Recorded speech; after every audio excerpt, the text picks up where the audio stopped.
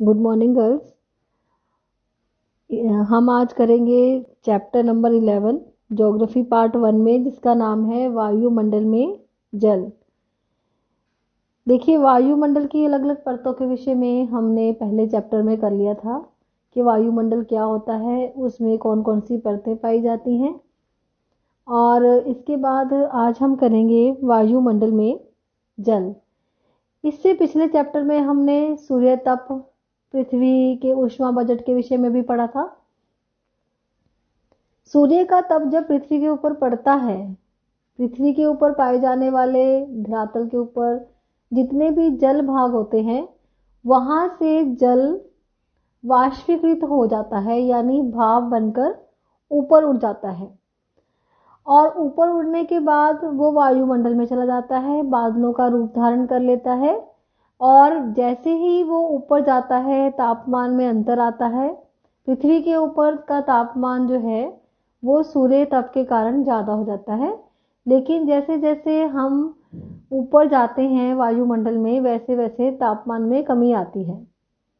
तो जैसे ही वो जल वाष्प यानी वाष्पीकृत जल जब वायुमंडल में जाता है तो ऊपर जाकर वो ठंडा हो जाता है।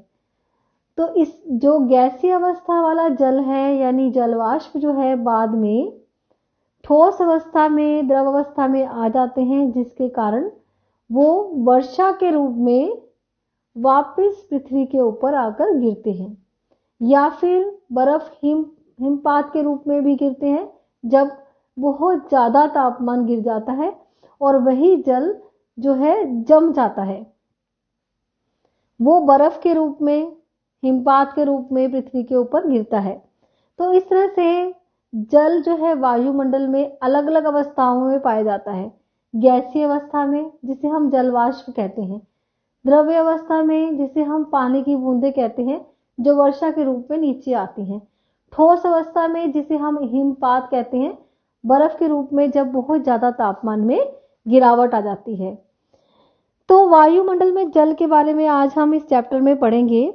आप पढ़ चुके हैं कि हवा में जलवाष्प मौजूद होते हैं। देखिए, इससे पहले चैप्टर में हम, जैसे मैंने आपको अभी बताया है, सूर्य तप के विषय में आपने पढ़ा था, सूर्य के तापमान का। जब पृथ्वी के ऊपर सूर्य का तापमान बढ़ता है तो वो जल जो होता है पृथ्वी के धरातल के ऊपर नदियों, तालाबों, झीलों में पाया जाता है, महासागरों और सागरों में पाया जाता है, वो वाष्प बनकर वायुमंडल में चला जाता है, जिसे हम जलवाष्प कहते हैं। तो हवा में जलवाष्प मौजूद होते हैं। इसमें वायुमंडल के आयतन में 0 से लेकर 4% तक की भिन्नता पाई जाती है। मौसम की परिघटना में इसका महत्वपूर्ण योगदान है। जल वायुमंडल में 3 अवस्था में, जैसे मैंने अभी आपको बताया था, गैस, द्रव और ठोस रूप में उपस्थित होता है। वायुमंडल में आर्द्रता, जलाशयों से वाष्पीकरण तथा पौधों में वाष्पोत्सर्जन की से प्राप्त होता है। जो पौधे भी ट्रांसपिरेशन की प्रोसेस को करते हैं, उसके साथ भी पौधों से पानी के रूप में ये जलवाष्प जो है ना, पौधों के ऊपर से निकलता है। इसके साथ जो जलाशय, मतलब जितने भी जल के भाग पाए जाते हैं पृथ्वी के ऊपर, उसके ऊपर वाष्पीकरण। वाष्पीकरण का अर्थ होता है जल का भाप बनकर जाना, ऊपर उड़ना, और पौधों में वाष्प उत्सर्जन से प्राप्त होती है। इस प्रकार वायुमंडल, महासागरों तथा महाद्वीपों के बीच जल का लगातार आदान प्रदान वाष्पीकरण, वाष्पोत्सर्जन, संघनन तथा वर्षा की प्रक्रिया के द्वारा होता रहता है। संघनन, यहाँ ये कहा जाता है, संघनन क्या होती है?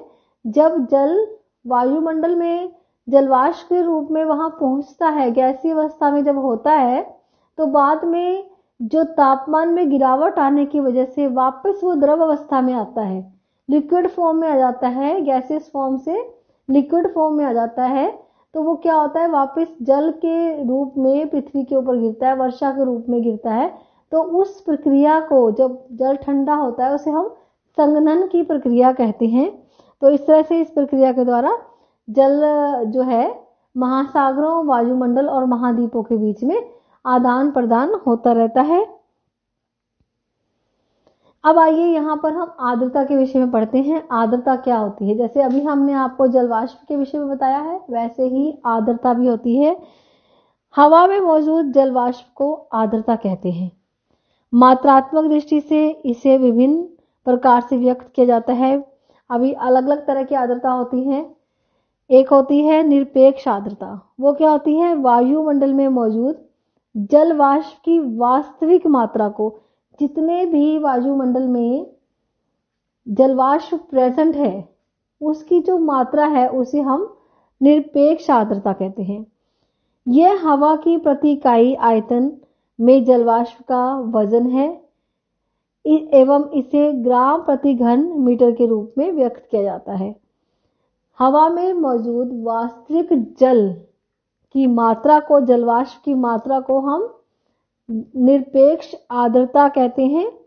और ये क्या होती है? ये हवा के प्रति इकाई आयतन में जलवाष्प का वजन है। इसे हम ग्राम प्रति घन मीटर के रूप में भी व्यक्त करते हैं। हवा द्वारा जलवाष्प को ग्रहण करने की क्षमता पूरी तरह से तापमान पर निर्भर है। जैसे अभी मैंने आपको पहले बताया था कि सूर्य का तप जब पृथ्वी के ऊपर पड़ता है तो पृथ्वी का जो जलीय भाग है, जल वाला भाग है, वो भाप बन जाता है। जल भाप के रूप में पृथ्वी के से ऊपर उड़ता है और वो हवा में चला जाता है, वायुमंडल में चला जाता है। तो जितना ताप होगा उतनी ही आर्द्रता होगी। हवा द्वारा जलवाष्प को ग्रहण करने की क्षमता पूरी तरह से तापमान पर निर्भर है। निरपेक्ष आर्द्रता पृथ्वी की सतह पर अलग अलग स्थानों पर अलग अलग होती है। जहां पर सूर्य की सीधी किरणें पड़ती हैं, सूर्य का तप ज्यादा होगा, वहां पर आर्द्रता ज्यादा होगी। जहां पर सूर्य की किरणें तिरछी पड़ती हैं वहां पर आर्द्रता कम होगी। इसके अलावा जहां महासागर है, जलीय भाग है, वहां पर भी जलवाष्प की मात्रा ज्यादा होगी, क्योंकि उसके ऊपर जो हवा चल रही है उसमें जलवाष्प की मात्रा ज्यादा होगी, क्योंकि नीचे जलीय भाग है और सूर्य की किरणें उस पर पड़ रही हैं, वो भाप बनकर ऊपर उड़ रहा है और ऊपर चलने वाली हवा में वो जलवाष्प मिल जाते हैं। इसलिए अलग अलग स्थानों पर जलवाष्प की मात्रा अलग अलग है, तापमान पर ये निर्भर करती है। और इसके बाद है, दिए गए तापमान पर अपनी पूरी क्षमता की तुलना में वायुमंडल में मौजूद आर्द्रता को प्रतिशत को सापेक्ष आर्द्रता कहते हैं। कोई भी तापमान हम किसी भी जगह का ले सकते हैं, जहां हम रह रहे हैं उसका भी तापमान ले लें कि अगर यहाँ के तापमान पर जितनी भी क्षमता है वायुमंडल में, क्षमता की तुलना में वायुमंडल में मौजूद आर्द्रता की प्रतिशत को सापेक्ष आर्द्रता कहते हैं। यहाँ की वायु में जितनी क्षमता है, वो जलवाष्प को ग्रहण करने की जितनी भी क्षमता है, वो उसे हम अगर प्रतिशत में व्यक्त करते हैं तो उसे हम सापेक्ष आर्द्रता कहते हैं। सापेक्ष आर्द्रता वो होती है जो वायुमंडल में जलवाष्प ग्रहण करने की क्षमता होती है। हवा के तापमान के बदलने के साथ आर्द्रता को ग्रहण करने की क्षमता भी बढ़ती है। अगर तापमान ज्यादा होगा तो क्या होगा? अगर वहां पर शुष्क हवा चलती है तो वहां पर क्या होगा? महासागरों के ऊपर सबसे अधिक और महाद्वीपों के ऊपर सबसे कम आर्द्रता होती है। जैसे मैंने अभी आपको बताया है कि वहां पर जो हवाएं चलेगी महासागरों के ऊपर, वहां पर जलवाष्प ग्रहण करने की क्षमता ज्यादा होगी, तो वहां की सापेक्ष आर्द्रता भी ज्यादा होगी। एक निश्चित तापमान पर जलवाष्प से पूरी तरह पूरित हवा को संतृप्त हवा कहते हैं। संतृप्त मतलब सेटिस्फाइड, इसके बाद और कोई इच्छा नहीं है, और कोई इच्छा नहीं, उसे हम संतृप्त कहते हैं। इसी तरह से वायु में भी जो संतृप्त वाली अवस्था है तब आएगी जब इसके बाद और कोई भी जल ग्रहण करने की क्षमता नहीं होगी उनमें। तो एक निश्चित तापमान पर जलवाष्प से पूरी तरह पूरित हवा को संतृप्त हवा कहते हैं। संतृप्त हवा क्या होती है? जब और भी जलवाष्प ग्रहण करने की क्षमता ना हो। इसका मतलब है यह हवा इस स्थिति में दिए गए तापमान पर और अधिक आर्द्रता को ग्रहण करने में सक्षम नहीं है। हवा के दिए गए प्रतिदर्श मतलब वो वाला सैंपल जिसमें इस तापमान पर संतृप्तता आती है उसको हम औसांक कहते हैं। वो तापमान जहां पर हवा में संतृप्तता आ जाती है, मतलब उसमें और जलवाष्प ग्रहण करने की और क्षमता नहीं रहती, वो वाला तापमान को हम औसाक कहते हैं। यहाँ तक मुझे लग रहा है आपको समझ आ गया होगा। एक दो बार आप इस चीज को और रिवाइज करेंगे, इन पॉइंट्स को जो मैंने अंडरलाइन करके दिए हैं आपको, तो अच्छे से आ जाएगा। नेक्स्ट हमारा पॉइंट है वाष्पीकरण तथा संघनन। वाष्पीकरण शब्द बार बार आ रहा है, मैंने शुरू से ही आपको बताया इस चैप्टर को शुरू करते ही कि वाष्पीकरण क्या होता है और संघनन क्या होता है।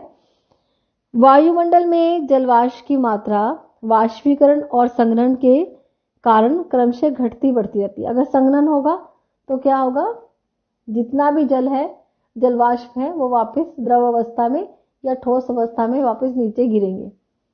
तो जलवाष्प उस समय वायुमंडल में नहीं होगा। अगर तापमान वाष्पीकरण हो रहा है, तापमान ज्यादा है, तो उस समय क्या होगा कि जलवाष्प जो है वायुमंडल में प्रेजेंट है। ठीक है, तो वायुमंडल में जलवाष्प की मात्रा वाष्पीकरण तथा संघनन के कारण क्रमशः घटती बढ़ती रहती है। वाष्पीकरण वह प्रक्रिया है जिसके द्वारा जल द्रव से गैसीय अवस्था में परिवर्तित होता है। यानी जो पृथ्वी के ऊपर जल पाया जाता है, जब वो भाप बनकर उड़ता है, उस प्रक्रिया को हम वाष्पीकरण कहते हैं। वाष्पीकरण का मुख्य कारण ताप है। अगर आप गैस पे पानी रखोगे तभी तो वो गर्म होगा, और गर्म होने के बाद वो भाप बनकर ऊपर उड़ेगा। तो जो ऊपर उड़ने वाली प्रक्रिया है, भाप बनकर गैसीय अवस्था में आने वाली जो प्रक्रिया है, और उसे हम कहते हैं वाष्पीकरण। वो अवस्था कब आई, कैसे आई? जब आपने जल को गैस पर, चूल्हे पर रखा, उसे गर्म किया, तो ताप क्या है? ताप इसका मुख्य कारण है। जिस ताप पर जल वाष्पीकृत होना शुरू होता है उसे हम वाष्पीकरण की गुप्त ऊष्मा कहते हैं। देखिए, हर एक लाइन में एक नया वर्ड है। हम वाष्पीकरण का जो ताप है उसको हम गुप्त ऊष्मा कहते हैं। तो आपको गुप्त ऊष्मा पता होना चाहिए। निरपेक्ष आर्द्रता क्या होती है, सापेक्ष आर्द्रता क्या होती है, औसांक क्या होती है, औसांक किसे कहते हैं, संतृप्त क्या होता है, संतृप्त हवा किसे कहते हैं। तो ये बहुत सारे पॉइंट्स है जिसको हमने डिटेल में समझा है, तो इनको आपको पता होना चाहिए।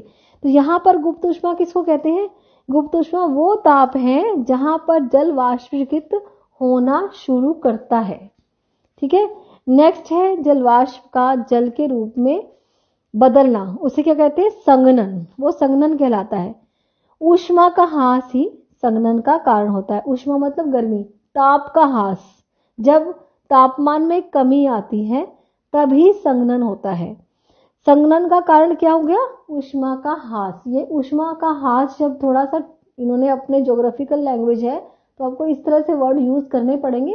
वैसे क्या है? तापमान में कमी आना, ठंडा होना, तब क्या है? संघनन का कारण। जब आर्द्र हवा ठंडी होती है तब उसमें जलवाष्प को धारण कर रखने की क्षमता समाप्त हो जाती है। तब अतिरिक्त जलवाष्प द्रव में संघनित हो जाता है, और जब ये सीधे ठोस रूप में परिवर्तित होते हैं उसे हम ऊर्ध्वापातन कहते हैं। स्वतंत्र हवा में छोटे छोटे कणों के चारों ओर ठंडा होने के कारण संघनन होता है। छोटे छोटे कणों के चारों ओर ठंडा होने के कारण संघनन होता है। तब इन छोटे छोटे कणों को संघनन केंद्रक कहा जाता है। खासकर धूल, धुआं और महासागरों के नमक के कण अच्छे केंद्रक होते हैं। क्योंकि देखिए, अगर हवा ऊपर उड़ रही है भाप बनकर, उसमें धूल के कण भी होंगे, जलवाष्प, खाली जलवाष्प तो नहीं होंगे ना, धूल के कण भी होंगे। क्योंकि हवा के साथ ऊपर आप भी देखते हो हवा में मिट्टी, धूल मिट्टी आती है, और जब वो वाला जल जो भाप बनकर ऊपर उड़ रहा है वो खाली ऊपर नहीं उड़ेगा, साथ में धुएं और धूल के कणों को भी लेकर जाएगा, और महासागरों वाला जल साथ में नमक को भी लेकर जाएगा। तो जो नमक है, धूल के कण है या धुआं है, उसके आसपास का जब जल ठंडा हो जाता है तो उसे हम, वो संघनन की प्रक्रिया में ठंडा हो रहा है, तो जब ठंडा होने का जो कारण है, वो जो बीच में प्रक्रिया है, उसके द्वारा संघनन केंद्रक बन जाते हैं। देखिए, जब यह सीधे ठोस रूप में परिवर्तित होता है तो उसे ऊर्ध्वपातन कहते हैं। स्वतंत्र हवा में छोटे छोटे कणों के चारों ओर ठंडा होने के कारण संघनन होता है। छोटे छोटे कण हैं, उनके चारों ओर ठंडा होने के कारण संघनन होता है। तब इन्हें छोटे छोटे कणों को संघनन केंद्र कहा जाता है। खासकर धुआं, धूल और महासागरों के नमक के कण अच्छे केंद्रक होते हैं क्योंकि वे पानी को अवशोषित करते हैं। संघनन उस अवस्था में भी होता है जब आर्द्र हवा कुछ ठंडी वस्तुओं के संपर्क में आती है, तथा उस समय भी हो सकता है जब तापमान औसांक के नजदीक आता है। औसांक क्या होता है? औसांक वो तापमान होता है जब हवा में और जलवाष्प ग्रहण करने की क्षमता नहीं होती। जब संतृप्तता वाली अवस्था आती है तो उस तापमान को औसांक कहा जाता है। तो जो औसांक वाला तापमान है उस समय भी संघनन की प्रक्रिया होती है। इस प्रकार संघनन ठंडा होने की मात्रा अथवा हवा के सापेक्ष आर्द्रता पर निर्भर होता है। संघनन हवा के आयतन, ताप, दाब तथा आर्द्रता को से प्रभावित होता है। संघनन तब होता है जब वायु का ताप आयतन नियत हो और एवं तापमान औसांक तक गिर जाए। देखिए औसांक क्या है? जब और वायु में और जलवाष्प ग्रहण करने की क्षमता नहीं है, जब होगी नहीं। क्यों नहीं होगी? क्योंकि हवा अब ठंडी हो गई है। जब हवा गर्म होगी तो उसमें जलवाष्प बहुत ज्यादा होते हैं क्योंकि वो हवा जो है, गर्म हवा जल को गर्म करती है, भाप बनकर ऊपर उड़ाती है। तापमान ज्यादा होता है तो हवा में जलवाष्प ग्रहण करने की क्षमता ज्यादा होती है।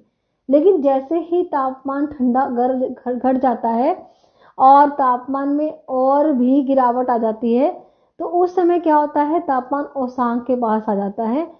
वायु में और जल ग्रहण करने की क्षमता नहीं होती। उस समय संघनन की प्रक्रिया होती है। या तो औसांक वाला तापमान हो या फिर क्या होता है? वायु का आयतन नियत हो।